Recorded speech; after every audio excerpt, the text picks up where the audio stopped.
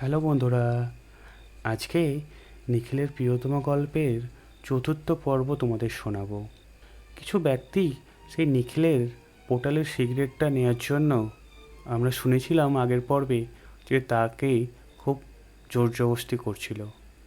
তো সেই ব্যক্তিগুলি নিখিলকে প্রাণে মারার পর্যন্ত হুমকি দেয়, কিন্তু নিখিল কোনো ক্রমে সেই ল্যাব থেকে নিজেকে বাঁচিয়ে বেরোতে পেরেছিল।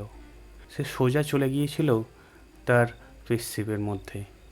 সেই স্পেসশিপে পৃথিবী যাওয়ার যে লোকেশানটা সেটা সেই স্পেসশিপের এআইয়ের মধ্যে আপলোড করে দিয়েছিল, এবং সেই পোর্টালটাকেও সে অ্যাক্টিভেট করে দেয় যাতে স্পেসশিপটা দুটো গতিতে পৃথিবীতে পৌঁছে যায়। কিন্তু সেই সময় তার স্পেসশিপে কেউ যেন পেছন থেকে নিখিলের উপর আক্রমণ করে। সেই স্পেসশিপের মধ্যে থাকা এআইটা সঙ্গে সঙ্গে সেই লোকটাকে সেখানেই গুলি করে মেরে দেয়, নিখিলকে প্রাণে বাঁচিয়ে দেয়। তারপর তার স্পেসশিপটা আস্তে আস্তে শুরু হয়ে গেল, পোর্টালটাও আস্তে আস্তে পুরোপুরি অ্যাক্টিভেশন হয়ে গেল। এই পোর্টালটা যদি এইভাবেই অ্যাক্টিভেট করে রেখে দেয় তাহলে যে কেউ এই পোর্টালের মধ্যে চলে আসবে। তো তার জন্য সে পোর্টালটাকে একটা টাইমার সেট করে দেয় যাতে তার স্পেসশিপটা পোর্টাল থেকে চলে যাওয়ার সঙ্গে সঙ্গে পোর্টালটা বন্ধ হয়ে যায়, সে নিজে থেকেই পোর্টালটা যেন ধ্বংস হয়ে যায়। এরপর নিখিলের স্পেসশিপটা আস্তে আস্তে সেই পোর্টালের মধ্যে প্রবেশ করতে থাকে।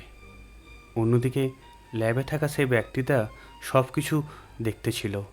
সে যখন বুঝতে পারল যে পোর্টালে একটা সেলফ ডিস্ট্রাকশন মোড অ্যাক্টিভেট করে দেওয়া হয়েছে, তা কয়েক সেকেন্ডের মধ্যে পোর্টালটা ধ্বংস হয়ে যাবে, তখন সেই ব্যক্তিটা অনেক চেষ্টার মাধ্যমে সেটাকে ডিঅ্যাক্টিভেট করে দেয়, পোর্টালটাকে বাঁচিয়ে নিল।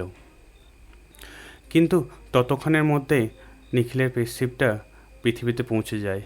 সেই পৃথিবীতে পৌঁছে গিয়ে তার মধ্যে থাকা এআইটা স্পেসশিপটাকে ল্যান্ড করার প্রসেস চালু করে দিয়েছিল, কিন্তু কোনো কারণে যান্ত্রিকগত ত্রুটির জন্য তার স্পেসশিপটা পৃথিবীতে ভেঙে আছড়ে পড়ে যায়।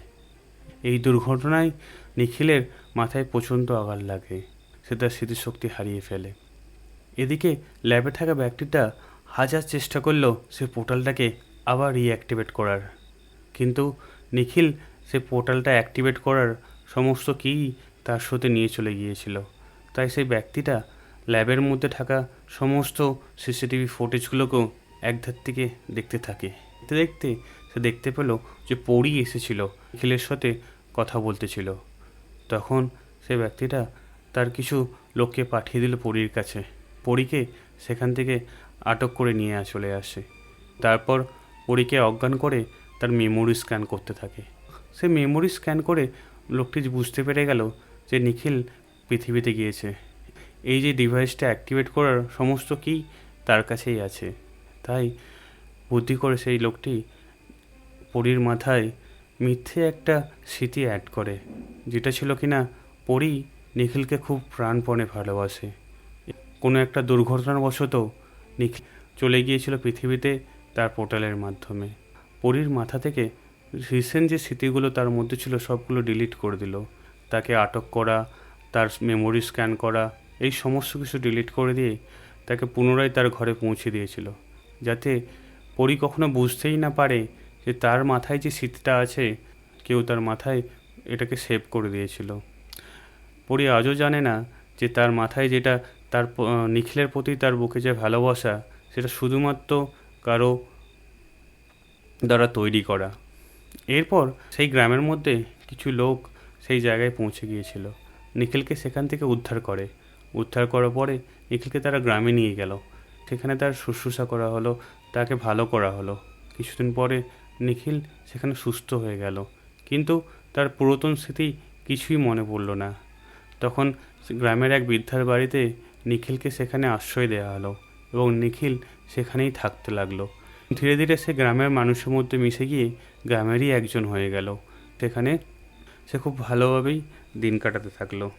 এরপর গ্রামের যে প্রধান ছিল তার এক মেয়ে ছিল, মেয়েটির নাম ছিল মীরা।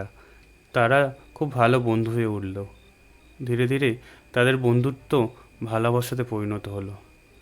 আর অন্যদিকে পরী নিখিলের সমস্ত স্মৃতিগুলো যেটা ছিল কাল্পনিক, সেই স্মৃতি আঁকড়ে রেখে পৃথিবীতে আসার জন্য প্রাণপণে চেষ্টা করলো। একটি পেশিভ নিয়ে আর্তিয়া গ্রহ থেকে রওনা দিল পৃথিবীর উদ্দেশ্যে। বন্ধুরা, আজকের পর্বটা এখানেই সমাপ্ত করছি। খুব শীঘ্রই পরের পর্বটি আনবো। তোমাদের যদি ভালো লাগে তাহলে একটু লাইক করে দিও, আর এই গল্পটার পরবর্তী পর্ব শোনার জন্য চ্যানেলটাকে সাবস্ক্রিপশান আর নোটিফিকেশানটা অন করে দিও।